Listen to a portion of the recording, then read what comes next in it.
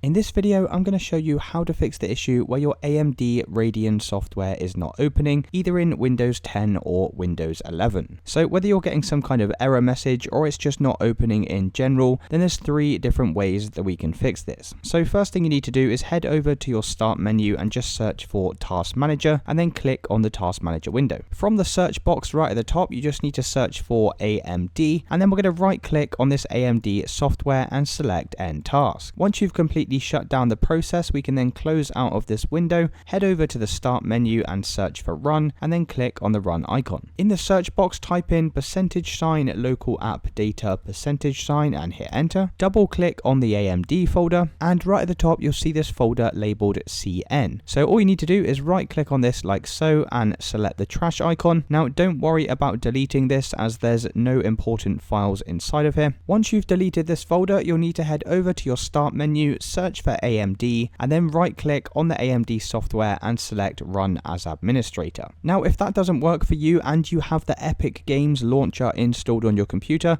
this can be another reason why AMD is not opening. So in order to fix this, head down to your taskbar at the bottom and just make sure you're currently not running the Epic Games launcher. Then head over to your Start menu and come back over to Task Manager, and in the search box just type in Epic Games and make sure you've shut down any processes relating to the Epic game. Then we can close out of this window, head back over to the Start menu and search for Run. Once again type %, local app data %, and hit enter. Then you need to scroll down and come over to this Epic Games launcher folder and double click on this. Then head inside of the saved folder, and if you see a file in here called logs, then all you simply need to do is rename this file to something else. It doesn't matter what you rename it to, just make sure you rename it to something different. Then once you've saved these changes and renamed your file, you can once again try launching up AMD, and that should have now solved the issue. So that's it guys, let me know in the comments if you did find this video helpful, and I'll see you in the next one.